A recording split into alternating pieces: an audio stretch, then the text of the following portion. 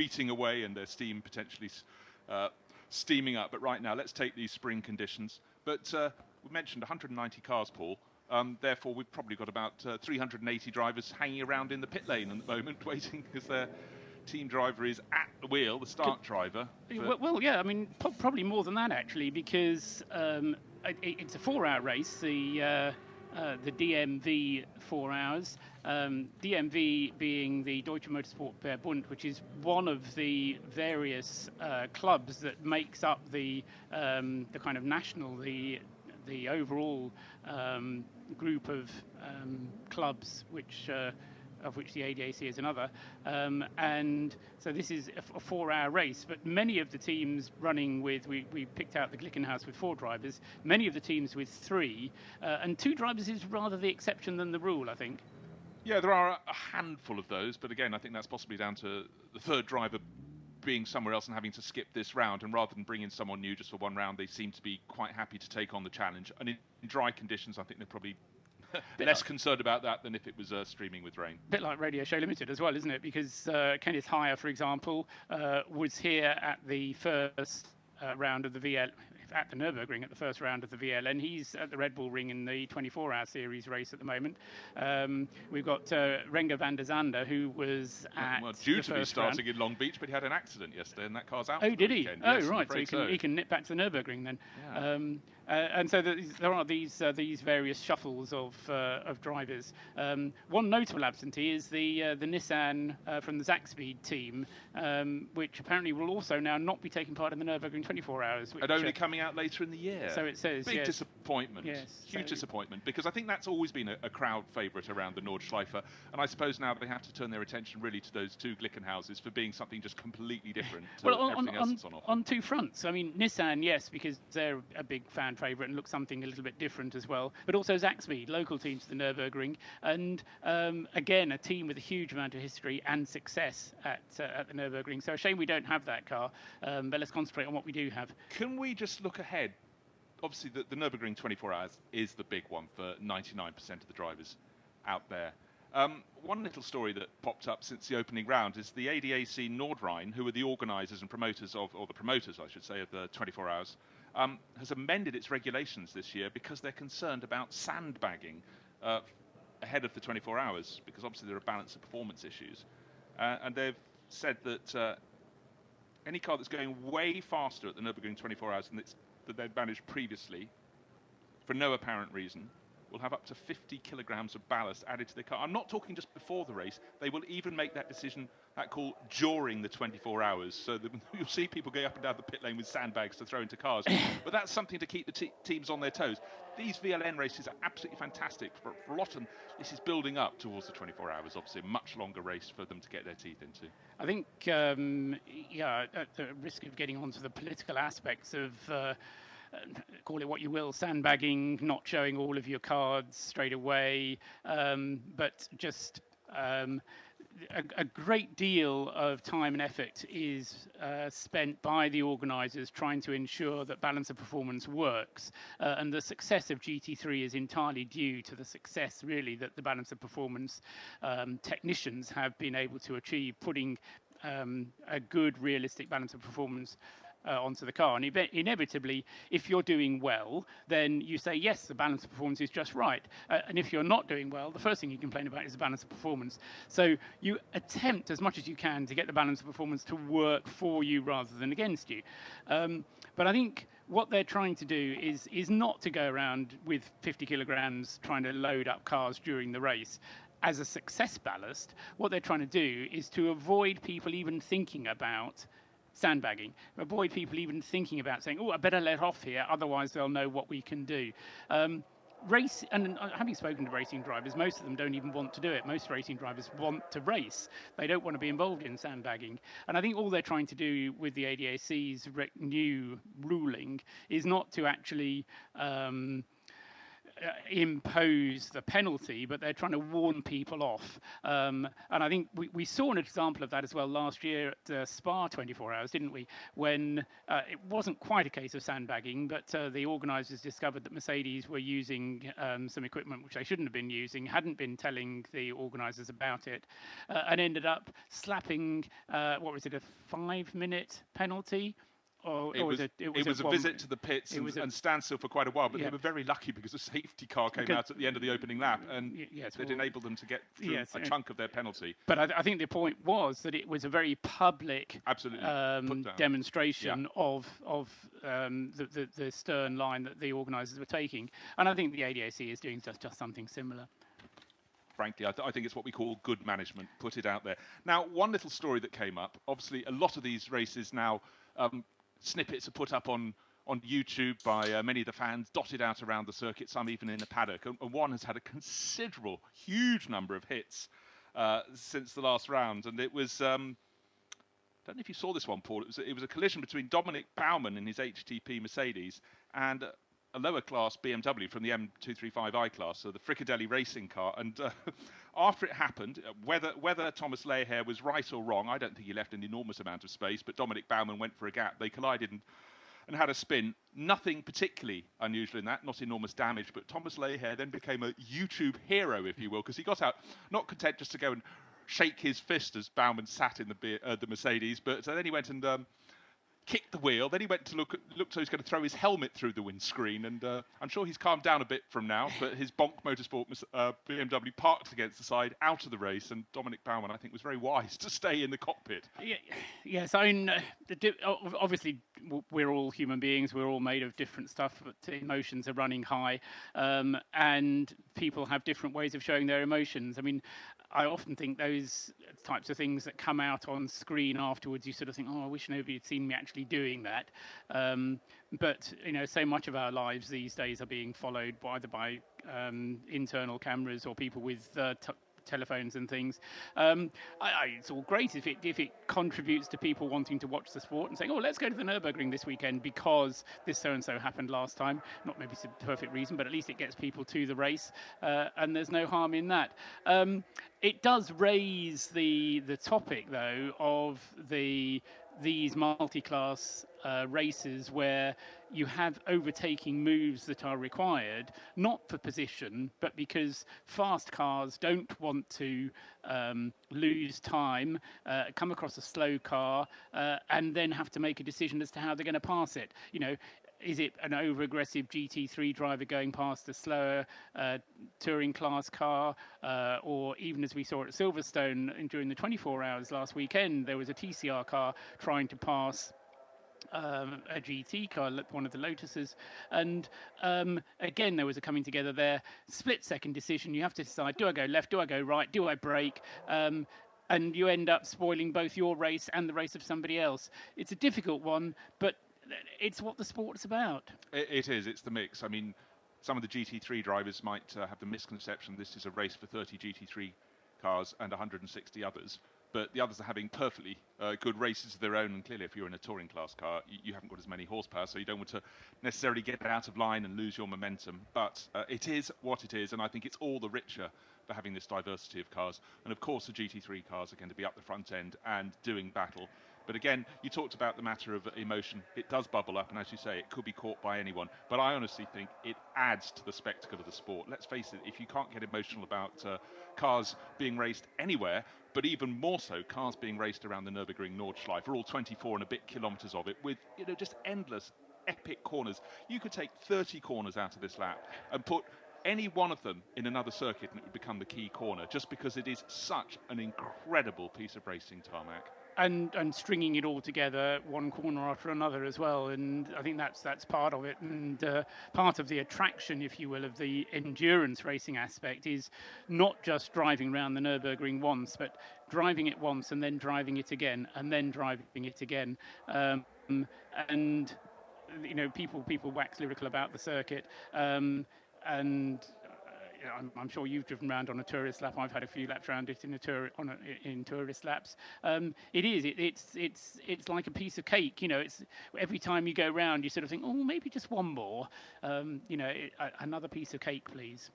Yeah, and in full race trim, every lap will be different because there'll be a different car on a different racing line in your path, either closer to a apex of a corner or just after it. So you've always got to be on your toes. But what I'm delighted about, we're going to be underway in 21 minutes for the start of the race, is the fact that we've got beautiful spring sunshine here and we can have out-and-out racing without the strictures that necessarily bad weather and a wet circuit bring. I'm not saying they're bad, it's just in terms of early in the season, it's really good, particularly we've got drivers maybe having stepped up a class or two to a faster car to go out and do their stuff with one fewer concern. Also helps on the balance of performance as well, because the people who deal with balance of performance are also far happier when you get dry conditions, because it takes away a parameter that you wouldn't have otherwise.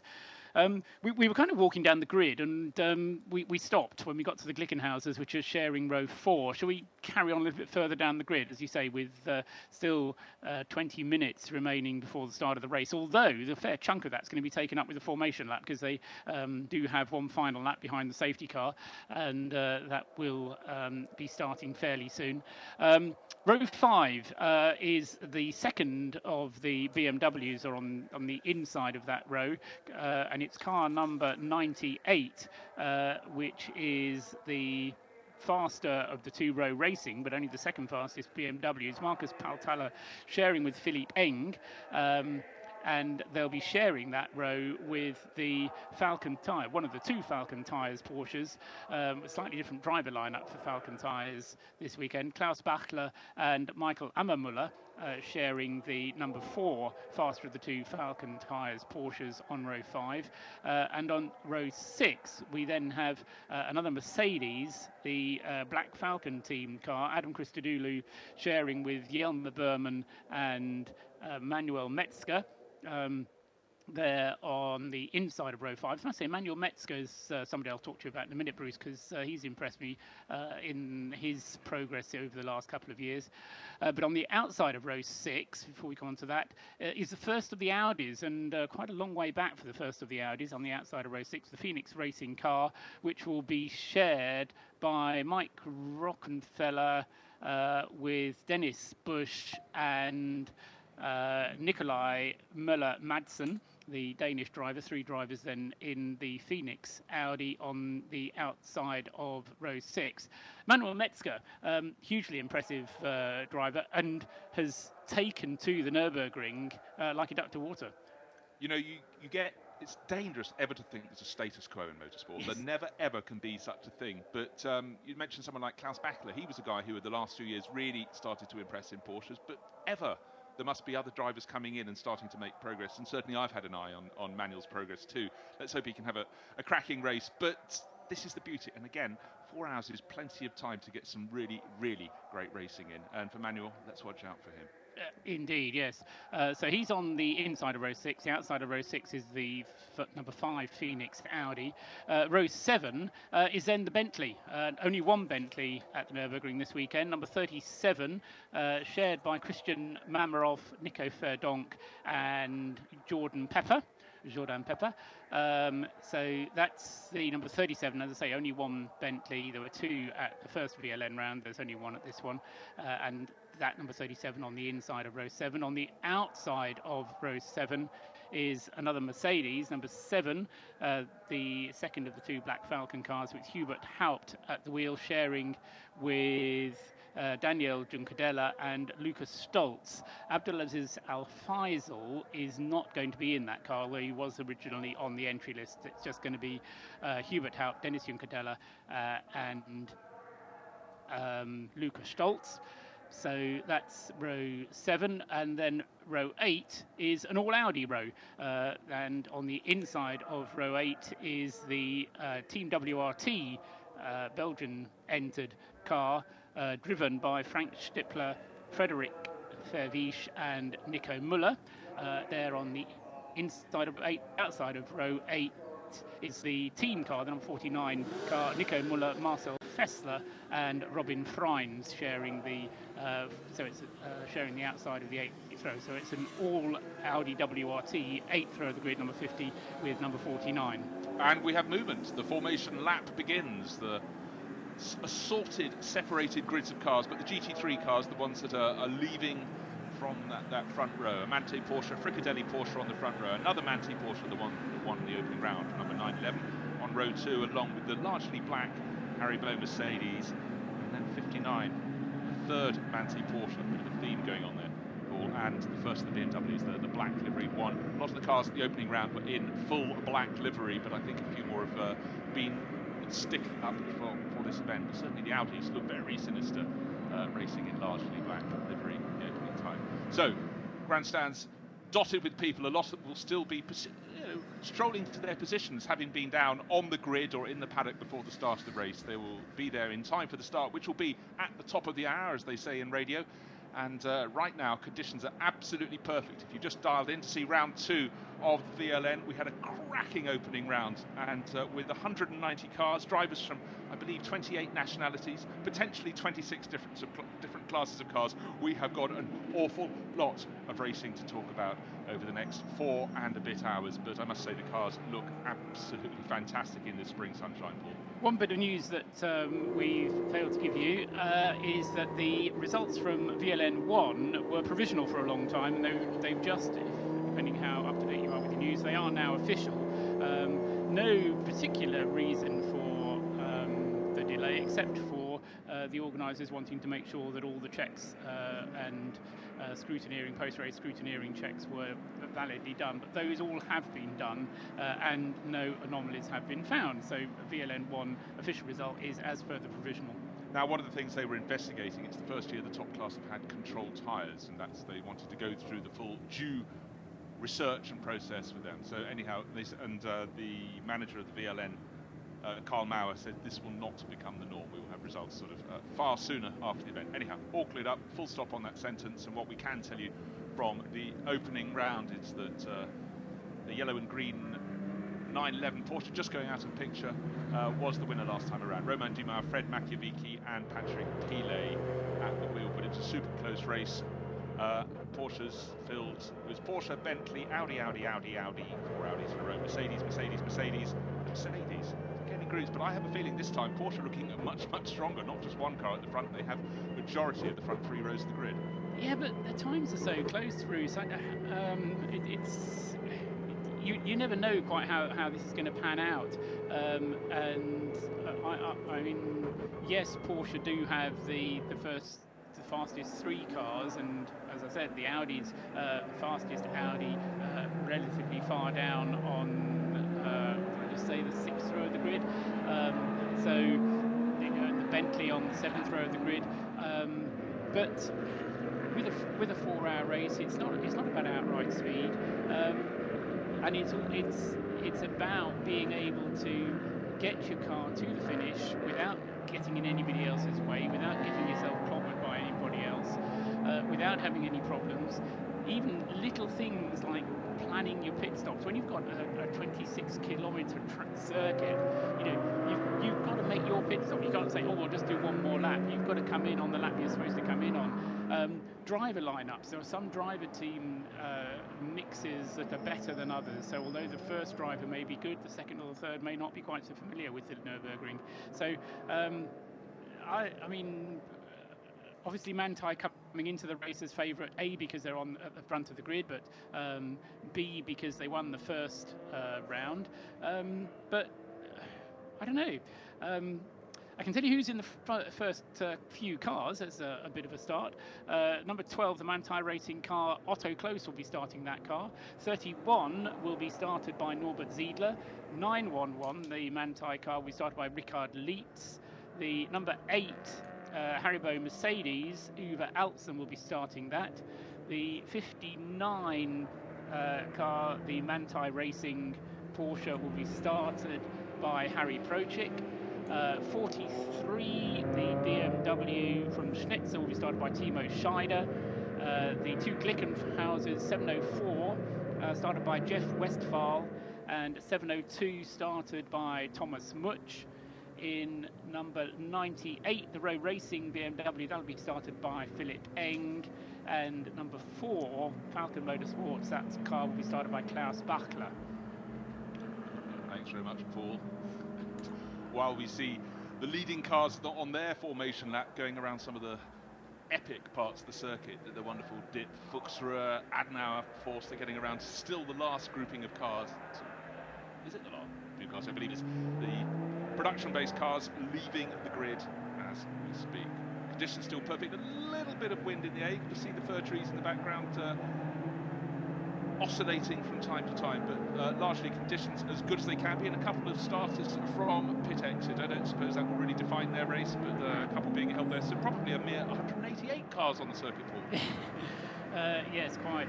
No, I'm not quite sure how the rules work, I must say, for cars in the pits, whether they're allowed to join in at the back of the group that they would be normally in, or whether they just join in on the leading group.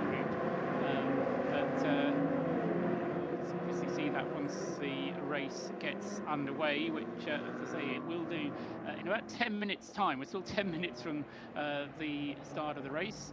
The Opel Manta there just going through the shot at the front of that little group. The venerable Opel Manta that's in racing at the Nürburgring in various forms, a bit like Oliver Cromwell's axe, isn't it? That Manta has been going along with its foxtail. Well, I think that's absolutely fantastic. It is almost like a historic class within the overall. Maybe that's the 27th class. But great to see those. I remember watching those race in the Nürburgring 24-hour back in period, and very, very popular they were too. But great, that set of wheels is still outperforming. In the background, you can see the exit of the well, in fact, we're sort of coming down the hill on the Grand Prix circuit, the fast kink up to the chicane, of course. Then they start turning left and out into the country through the Hatzenbach twisters and beyond. So very much a circuit of many, many parts, but the most definable change is as they lead the Grand Prix circuit. Indeed. And take that left, and then the magic really begins. There was one occasion when I drove on a tourist lap when the Gesamtstrecke was open. In other words, it was the mixture of Nordschleife and Grand Prix track. All together.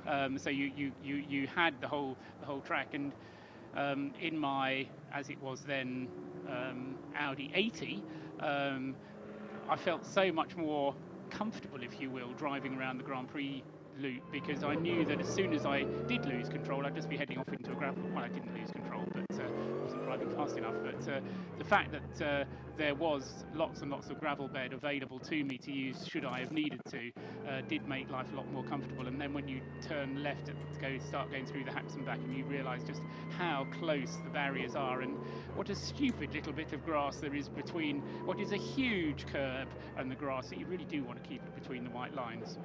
Quite so. You'd have just about enough time to blink as you got airborne before the clang. My concern always when driving around the Nordschleife on these tourist laps was the speed of the motorbikes that would come past. And much as you didn't really feel you needed someone alongside you in terms of the actual driving, you needed them to ride shotgun and just tell you if there was a motorbike coming up at warp speed as you sort of prepared yourself for taking a nice tight line at the carousel or whatever. But as you can see here, just fabulous, fabulous circuit. Marshals dotted all the way around the outside. I wonder how many are needed to look after the full 24.358 kilometre long lap.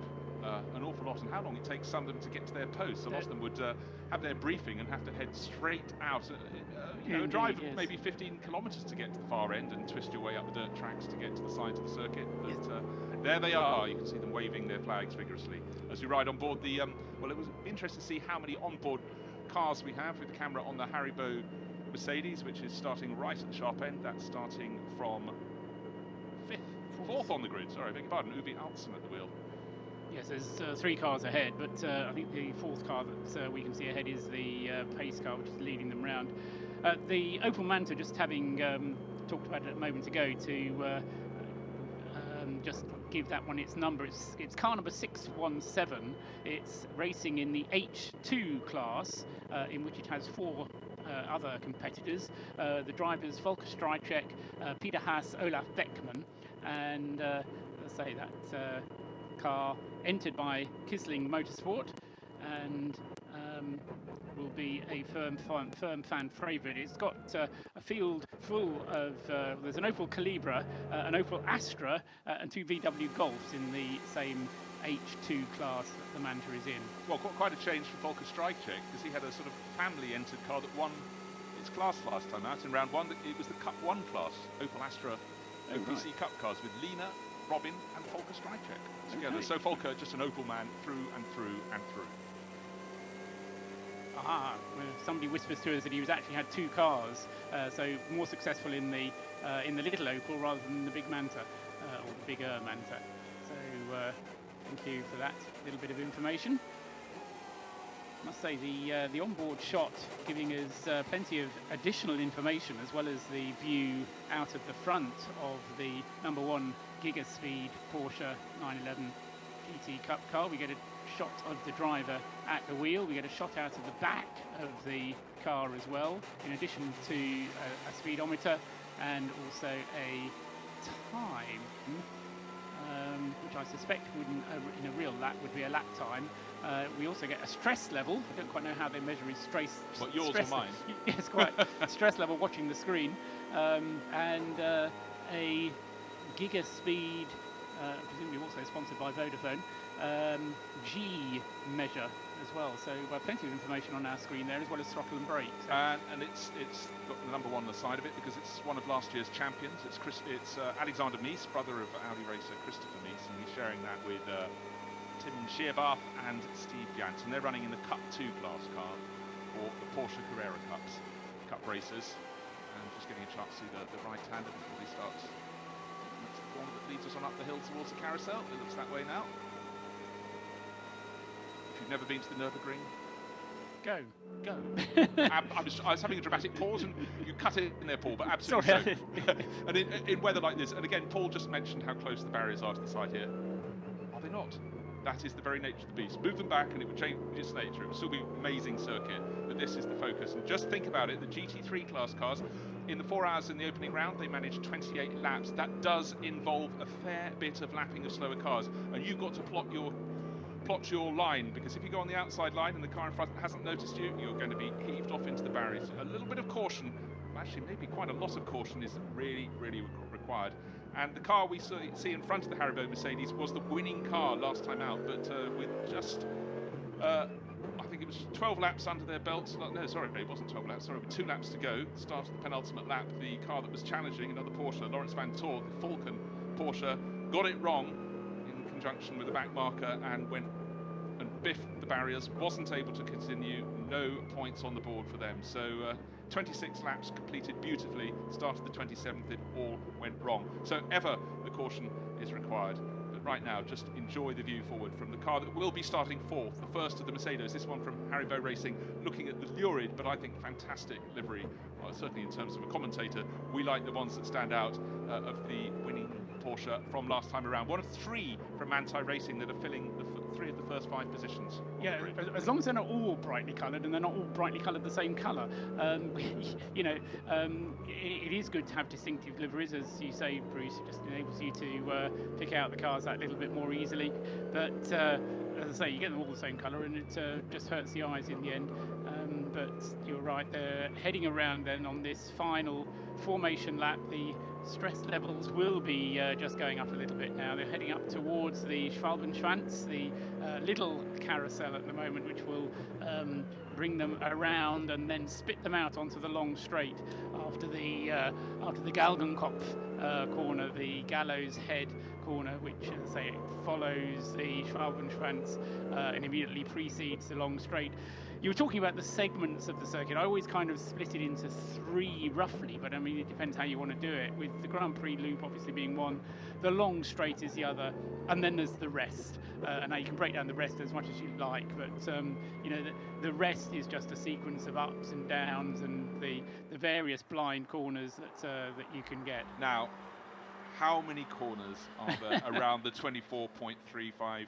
Paul and I, kilometres of the circuit. Paul and I were discussing it before. Jackie Stewart famously said there were 170 corners. Some list 176 corners. I've tried to count them, and I can't get to a number that high. More than enough, even if there are only half that number, let's say 80 corners, it is the most extraordinary circuit. And even the straights, apart from that long, long drag from the corner Paul just mentioned, Galgenkopf, all the way effectively to back to where we rejoin the Grand Prix circuit. That's a straight, even that has a slight kink in it, but nowhere else is very straight. No, absolutely. I mean, we said we were going to talk about the Nürburgring film, which I commend to you, although it's a bit like the curate's egg. It's good in parts, and I commend you to go and see it if you can. But it talks, and Jackie Stewart plays a large role in the film, and he talks often about the 170 corners.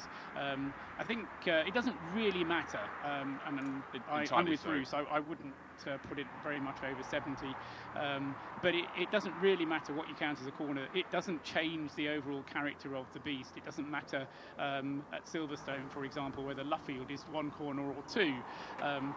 It doesn't change the corner. You've still got to work out how you get around it. But then again, anything Jackie Stewart wants to say about the Nürburgring Nordschleife absolutely counts. He still scored one of the most outstanding wins in thick fog and rain in his match back in 1968. He won by about special tyres. Oh, really? Well, then they're clearly very, very good. Thank you, Paul, for putting a new slant on history. But on that day, and I think he was also racing with his right wrist. Yeah, his wrist's in a cast. He'd crashed the curve and damaged his wrist, but it was an absolute epic drive, one I'm sure he would never ever want to have repeated. He really was hanging it out. But then with such a long lap back then, your communication to pit was only when you passed the pit wall, so he probably didn't know how close the car was behind, couldn't afford to back off. I think the story of the time was that they thought that everybody else had a crash somewhere out on the circuit because he came through with such a big lead.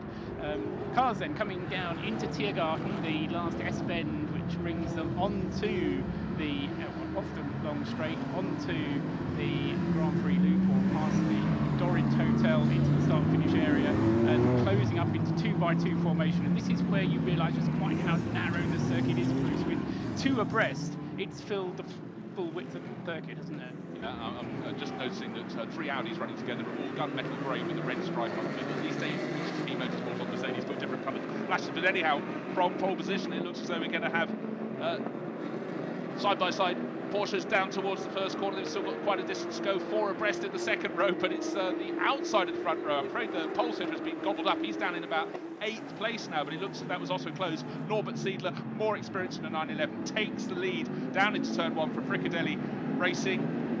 Very tiny behind there. They're 2x2 on the straight, 4x4 round the opening corner. BMW on the charge with Antonio Felix da Costa Timo Scheider making very good progress up to third place, but the car we were riding around with, the Haribo Mercedes, up into second, so its onboard camera has only one car in front. The car that won the opening round, the yellow and green Man-Team Porsche, has been gobbled up and fallen back down to the pack, but right now it's the Haribo Mercedes really making a charge, but a great start there from Norbert. Oh, this is a 4-hour race, yes. I mean, and as they went across the start-finish line, some of them were 5 abreast as they went down onto the brakes before going down into the first corner. So very committed drivers from committed driving from an awful lot of the front runners there. But yeah, the Haribo Racing Mercedes certainly has made the best of the starts and has got itself out now with a useful little lead with all this scrapping that was going on through the first couple of corners. Now they're stringing themselves out into a nose-to-tail crocodile formation, a little bit more appropriate for going off onto the Nordschleife, Bruce. Well, I think going off was about to be the opposite word, because the Bentley got very close to the side of the circuit, tucking in behind the Black Falcon Mercedes as they turn left, leave the Grand Prix circuit and head out towards the really twisty part. So yes, more like a sprint race than a 4-hour race at the very outset. One of the 702 Glickenhaus seemed to make a very good start indeed, or was it the 704? But they were side by side on the grid. In fact, the 702 I think has made the slightly inferior start. We'll see from a side-on angle, but that's so much. Is that flapping bodywork? Yeah, I think the 702's had a bit of contact with something. Thomas Mutsch at the wheel. He seems to have had a bit of contact because there's some bodywork right front that is flapping up, and I think actually he might have had a bit of a touch with something. I think he must have done, but of all the circuits in the world, you don't want a bit of bodywork distracting you as it flaps. It must be the Nürburgring Nordschleife. He's lost a couple of positions at the start. The 704 sister car seemed to make the better getaway and stayed in about 6th or 7th position. Now, the next batch of cars coming up towards Tiergarten. Again, you see that rise. If ever you look at a circuit map, of course, you can't gauge gradient, but at the end of that long straight back towards the Grand Prix circuit, there's that steep climb before they suddenly come out from between the trees, lose the road on their left, and then onto the Grand Prix circuit. They're waiting for their start. These are the Porsche Cup class cars and the GT4s and everything else besides. So the second go for the starter with the starting lights on the starting gantry, and certainly the car at the front of that group has decided he's had enough. He is heading off, and one is that the RS01 Renault going into the pit lane? It's certainly a GT-shaped car, isn't it? They're going into the pit lane. But again, 4 wide, nearly 5 wide as they go across the start-finish line. And this, the second group making its start, confusingly, with a Manthey Porsche, Manthey coloured and Manthey Porsche in amongst the Cup cars as well. And an awful lot of drivers going a little wide at that first corner, but inevitable really in a way. It is inevitable, and it sort of raised my eyebrows, but it was either that or maybe have a biff up the inside, and the Golf diving up the inside and trying to get up the inside of the TCR Seat. Golf is the TCR. Yeah, they're both TCR cars, and it's good to see that the RS3 Audi that was so impressive in the Dubai 24 Hours, people are really adopting that car very much as well in the TCR class. Came second at Silverstone, the Audi as well, so it wasn't the quickest, but it turned out to be a very reliable little car, so living up to its reputation as an Audi, and so good to see the TCRs getting, if you will, headline billing at that race, with the leading group of cars all from that class for the Silverstone 24. Well, the Seat at the head of that grouping is from Matilda Racing, and that won its class in the opening round. And the first spinner of the race has got a Porsche Cayman going in the opposite direction to everyone else. Oh dear, and the BMW's come round, having clearly tail-ended someone ahead of him. So as it starts its first lap, that looks like it's going to be the last lap, unfortunately, for number, I think that was 252. So I'm afraid in terms of a Langstrekker, it is not for that one. So not a long-distance race for them at all. I don't know, they might get it out, get it repaired. The advantage, of course, with the Nürburgring is if you do have an incident on the Grand Prix loop, you can cut back into the back entrance of the pits and get back onto the track again, although that lap obviously won't count, but it does give you an opportunity to abort the lap if you need to come in to repair some damage, as famously Manthey Racing did, and there's a couple coming in even as we speak. Well, that's the Porsche that spun, I think, and it might be one of the BMWs that was involved in the clash. So yes, well, and let's have a third start. So a lot of BMW Cup class. Here's the cars here as they come up past Tiergarten and start going through the twisters, waiting to release the power as they come into the start-finish straight. And it really does just open up in front of them. And yet we've got 3 cars going into the pit at the head of that group. Is that a crafty tactic? 5 minutes into the race, or effectively 0 minutes into their race, reporting to the pits. Up front though, it's the 235i BMWs blasting down towards the first corner altogether. I suppose a feature of having such a long formation lap, if you do feel anything going a little bit wrong, then you've got a long time to talk on the radio to the team about it and make your decision to come into the pits. And well, thank goodness for radios. Far better, yes indeed, far better to be able to come into the pits at the end of your formation lap and then deal with something quickly and then get on and have a full 4-hour race rather than have something blow up on the first lap.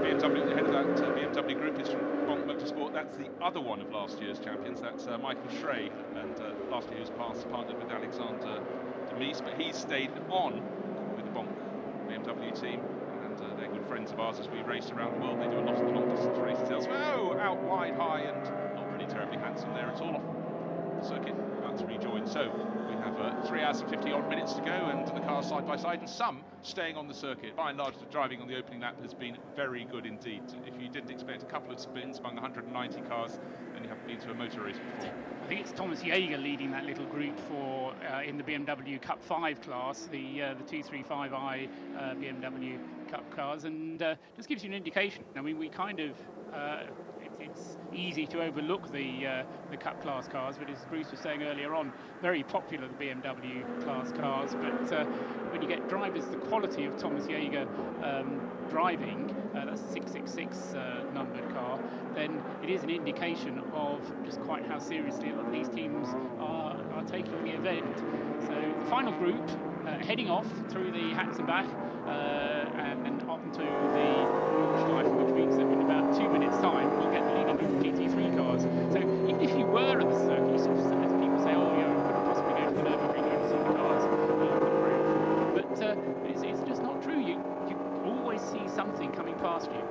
looking for was a replay to see where the 702 Glickenhaus car had a clash. It appears to be maybe striking the side of that BMW, the row racing BMW. And that was Thomas Much, having made a very good start, actually got past the sister car driven by Jeff Westphal and paying the price accordingly. Now, the man filter, bright yellow Mercedes, number 48, cracking on down the straight. It's almost the first lap, almost completed. And you can see the Bentley right in the mix. Audi's still not right to the fore there. But the Falcon Porsche that went off last time, right in front of the 702, so tucked in there. That was number 4, I think, which was Klaus Bachler, who's gained several positions, but leading around. Sorry, I've looked at the timing screen. It's giving us some information about not the overall leader. The first few, so still the first 3 that made that breakaway.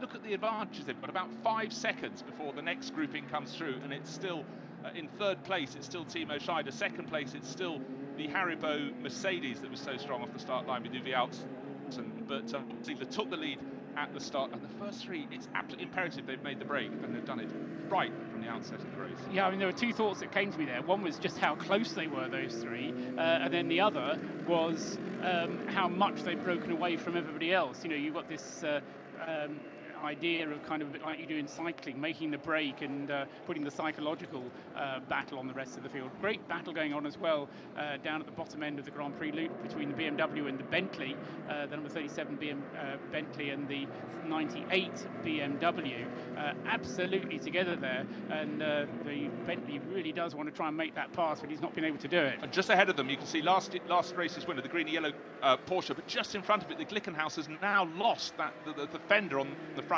wing. That was the bit I think that was flapping, and maybe some other bodywork behind, but the Bentley having a real go, all but clipping the back of the row racing BMW as they come up to the chicane, going around the outside line, well, having a look and not being allowed the outside line. The black Falcon Mercedes tucked in behind. Then the best of the Audis, those 4 dark grey and red Audis being headed by a white and blue one. So well done to the team that's bothered to paint its car in white and blue. Now we're riding on board in the GT3 Cup class, Giga Speed Porsche, right out to the curves and beyond. This is coming down to the lowest point of the Grand Prix circuit, other than the hairpin, of course, and then making the rise up to the chicane. Is he going to make a move up the inside? I wouldn't try that there, sir. Oh, we'll go right ahead. And mysteriously running out of road and losing momentum accordingly. So Norbert Siedler leading the race from Uwe Alston, Felix da Costa. Oh, it was Felix da Costa, not Timo Scheider, eventually in the number 43. Steve Smith, in inverted commas, in 4th place. Klaus Bachler, Thomas Much, Richard Leitz, Philipp Eng, Christian Mammerau, and Adam Christodoulou in the number 6 Black Falcon Mercedes, completing the top 10. Gap between the first 3 cars and the rest is 5.5 seconds. Yes, I was just going to compliment you on that, because you'd looked at it on the screen, on the TV screen, and thought, oh yeah, that's about 200-300 meters, and then you'd converted that into a gap in your head of about 5 seconds. I had my shoes and socks off. I used all my toes. I was completely wrong. Unfortunately, the 702 it still does have some bodywork flapping. What we can't see. We can see the left front fender from the driver's point of view, but the right top of that right wing has gone. That came off on 3-4 corners into the opening lap.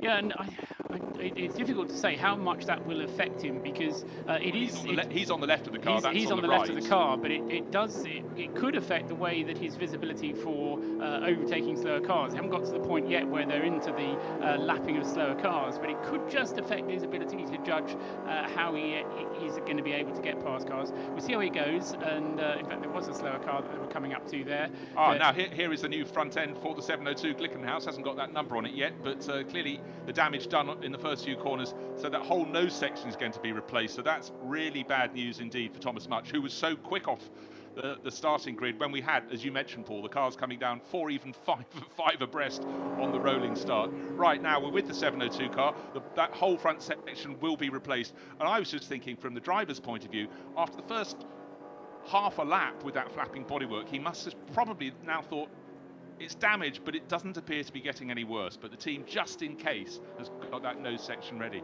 And having made such a strong start and running up in 6th place, I'm not sure he wants to come in, quite frankly. He's having a great time. The bodywork doesn't appear to be coming off as they go down that wonderful dip to Adenauer Forst. The trouble is, it's simple arithmetic, isn't it? You've got to say how much time is he losing as a result of the bodywork flapping. Answer: probably nothing at all. And the question: how much is it going to cost to fix it by making an extra stop? Quite a lot. By fixing it at the next routine stop, which will be probably another 45 minutes into this race yet. Probably not a lot on top of what the fact that he'll be coming into the pits anyway. So they'll be on the radio to the driver, Thomas Murchan, saying, "Is it okay?" And he'll be saying, it's fine," or not, as the case may be. And then they'll work out whether he's losing any time. But at the moment, it doesn't look to me, Bruce, as if he's losing any time at all. Well, actually, Klaus Bachler seems to be starting to drop him, but that could have been just because they had that back marker, and Bachler in the Falcon Motorsports Porsche made a better fist of getting around. It looked like a little old Opel Astra they had to go past very early in the race, only on their second lap, of course, to encounter some. But we saw so many cars going into the pits at the end of their formation lap for whatever concern to be sorted. Therefore, that is why a handful of them are out towards the tail, being lapped. So just to reiterate, at the end of the opening lap, Norbert Siedler was leading Uwe Altzen by 0.862 of a second. And there's a replay of the Porsche that didn't quite get it right first time around, and then the BMW came around having clattered someone. I think that bit of front bodywork, oh no, someone else's is lying in the road, so that could be rear bodywork from another car that was given a clatter. In fact, was it from the Porsche? No, it wasn't. The Porsche looked complete, but I don't know. I thought it might have been from the front of the Porsche, because what we saw was the back of the Porsche. The back, which was complete. And it might have actually come from the front, but we'll try and work that one out from what we can see and the messages that we get. But the cars on their second lap, we're 15 minutes into the race now, and still very close up at the front. Well, I'm very, very close in this BMW battle. Well, this is that cup class car. Absolutely, it encapsulates why people absolutely adore the VLN. To be so close, you haven't got the space just to go rampantly overtaking. You have to plan your move for corner after corner. Now they suddenly burst, having come through Tiergarten, onto the start-finish straight of the Grand Prix circuit and have all this space. But in the twisty bits, you could be close, you could be oh so close, but trying to get past, you've really got to use your nous and have complicity from the driver inside. You can see the blue BMW doing all it can to cover the inside, but this is one of the widest corners on the circuit. You can see the white and red car. Well, they're both going to go out. Well, that got to work. I thought the car staying on the circuit would come out ahead. The car. Well, that was Thomas Jaeger in the white car that has actually got itself. Oh no, it's Thomas Jaeger in the blue car, isn't it? Sorry. Let me just double check that. Yes, Thomas Jaeger in the blue car, sorry. And in the white and red car, that's the Adrenaline Motorsport car, which has been driven by Simon Trummer. So, no, you've got Thomas Jaeger and Simon Trummer, who are both vastly experienced and highly skilled drivers in these BMW Cup 1 class cars. Essentially one-mate motor racing. But what great racing between the two of them. Well, exactly so. I mean, this is, for some of them, like Simon Trummer, who races in the World Endurance Championship, a weekend away. What a fantastic weekend array. Oh dear, we've had a bit of bodily contact, and 677 was given a move to the outside. That's the FK Performance BMW. So I think we've got about 16 of these class cars, and there is, well, it's not one of our favourites, isn't it? 617, that's the wonderful Opel Manta with a little foxtail. That's be going for Fuchsruhe around the back of the circuit. On the aerial, just for a bit of fun. And let's face it, if you're driving a car that is so aged in this race, it is about fun. Let's have a look at a replay. I think this is where we have side-by-side contact. The grey BMW about to trade paint, or have its paint traded. It was the unfortunate loser in that little battle. I don't think any particular damage done, but it seemed he was the driver doing something right.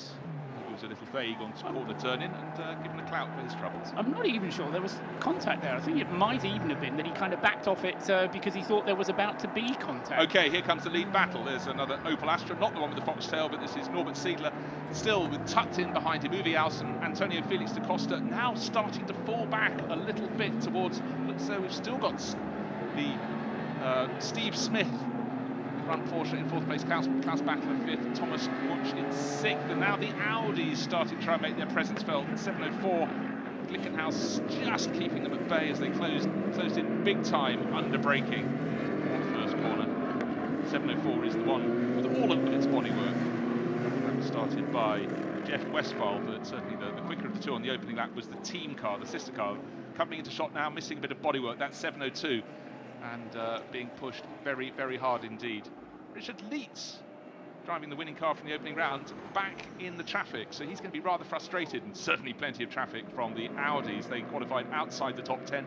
They're still just outside the top 10 as they pick their way through traffic. And way outside the top 10, Bruce, down in 29th place is the pole position car, number 12, the Manthey Racing Porsche. Otto Close, we decided that it was Matteo Jaminet who set the pole position time, but Otto Close not as quick as Jaminet. That car anyway running in the Pro-Am subcategory, so Otto Close has been pushed a long way down. Well, he'd fallen from first to about 7th before they reached turn 1 on the opening lap, and so it proceeded, because if you look at the calibre of the drivers in the other GT3 class cars that race in SP3 here at the Nürburgring, they were clearly going to gobble him up. How much they've done so around the opening 2 laps, as you say, he's lost 28 positions, and I'm just trying to see who is in behind, who is the next person to take him. Number 77. Christian Menzel, or is that Nico Menzel, 777, will be the next one to challenge. That's in the VLN Specials class car, 3.5 to 4 litres. It is Christian Menzel. Entered from near the circuit now, riding again on board the car that is in 2nd place. It's number 8, it's Uwe Autsen. I dread to think how many laps of the Nordschleife Uwe has clocked up over all of his years. That's sort of 3 decades pretty much, Paul, up at the top end, all his days in the DTM, but always alongside a regular racer in the VLN. I remember watching Uwe Autsen in the Jaguar XJ220s that raced at Silverstone in the Grand Prix back in the 80s or 90s. Must correct myself on talking about Simon Trummer, because he is not one of the drivers of the 669 car, although it says in my entry list that he is. The drivers are Zils, Griesner and Eberts, and I don't know any of their first names, I'm afraid. But it's the 667 car, which has been renumbered as 669, it would seem. Daniel Zils, Hubert Eberts and David Griesner. Oh, the live ticker has got it wrong. So that's just not fair. In a race with 190 cars, potentially 570 drivers or thereabouts, to renumber a car, as if it's not a difficult, a steep enough slope as it is. But let's just enjoy the lead battle for a second, Paul. Thick among the back markers.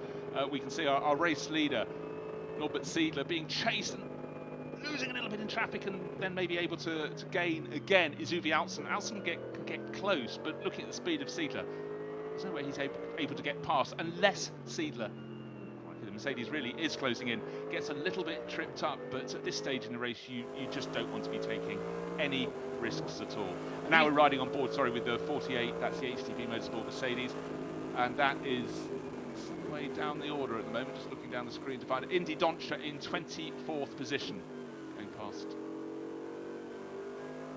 Is that Indy Doncher? It's listed as a starter, and it should be up. Ash that's ahead of him, Sebastian Ash. Racing with Patrick Assenheimer, yes, that's right. Yeah.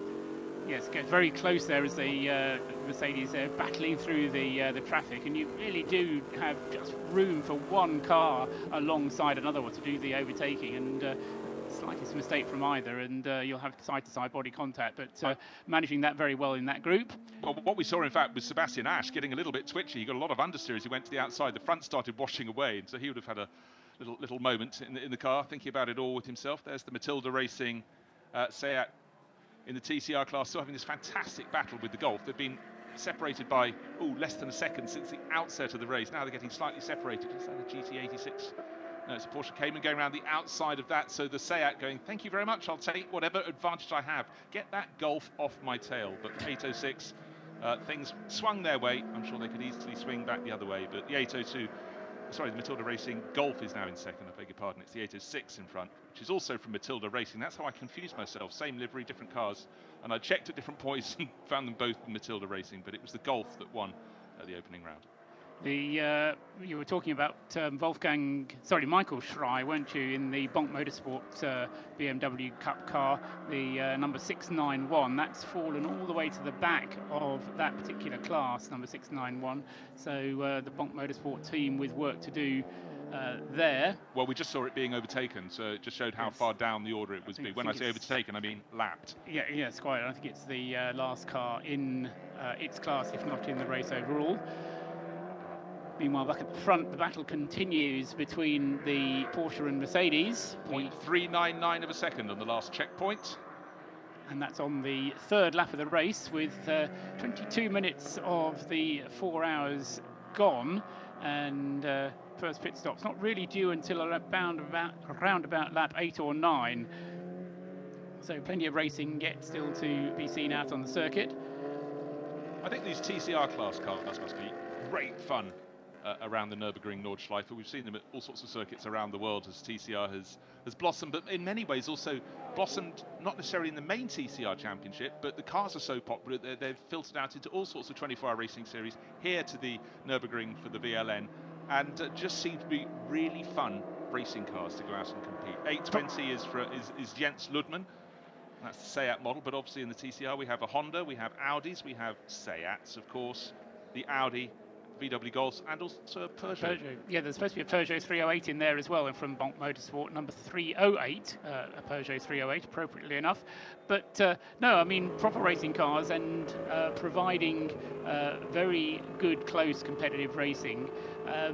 And good to see the variety at the Nürburgring that we didn't have last weekend at Silverstone. There was just the one, no, there was one Golf and one Audi. The rest were all Seats. But the reliability of the Audi proving its strength in the 24 hours and coming through to take second place. Most of the others, TCRs, having problems, apart from the overall winner from the Blakemolen team, which managed to win that race.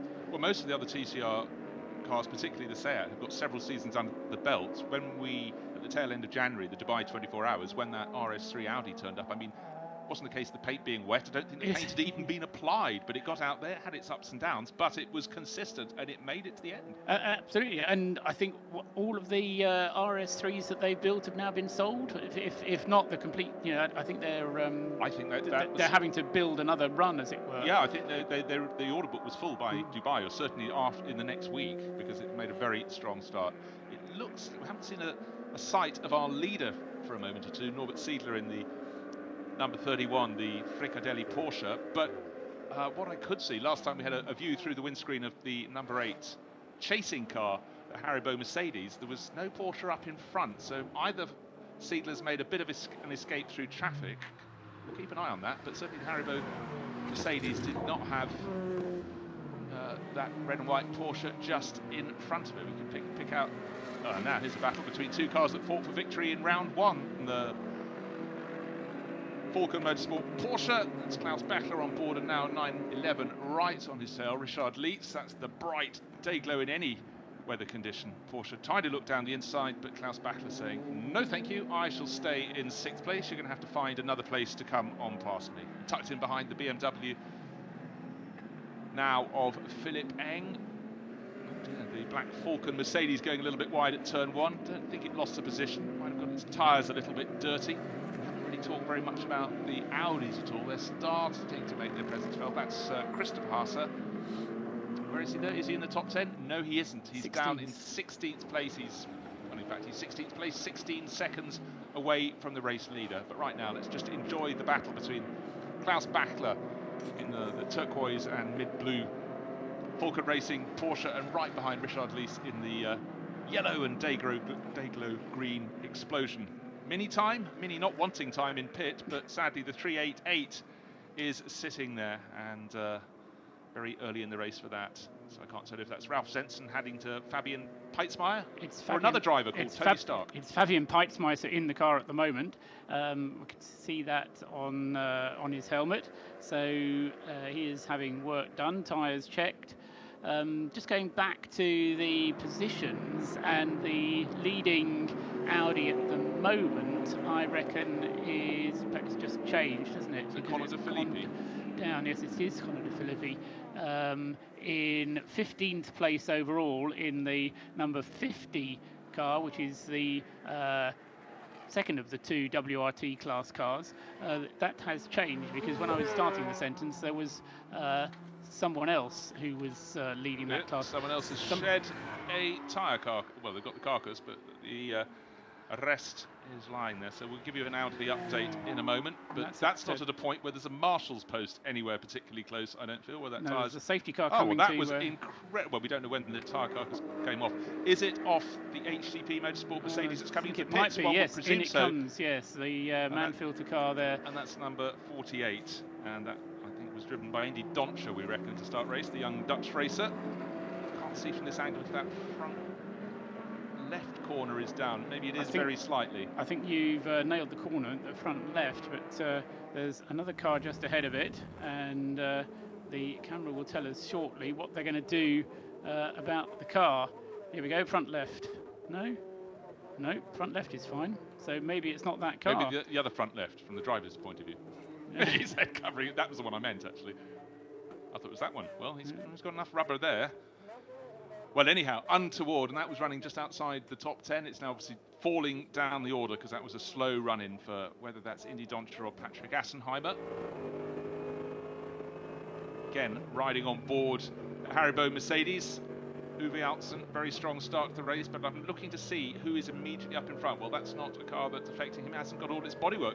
Oh, John, Paul, that might be the answer to who lost its bodywork on the opening lap. There was an Opel that was going around, just been passed by the Haribo Mercedes, lapped by the Haribo Mercedes, that was missing effectively the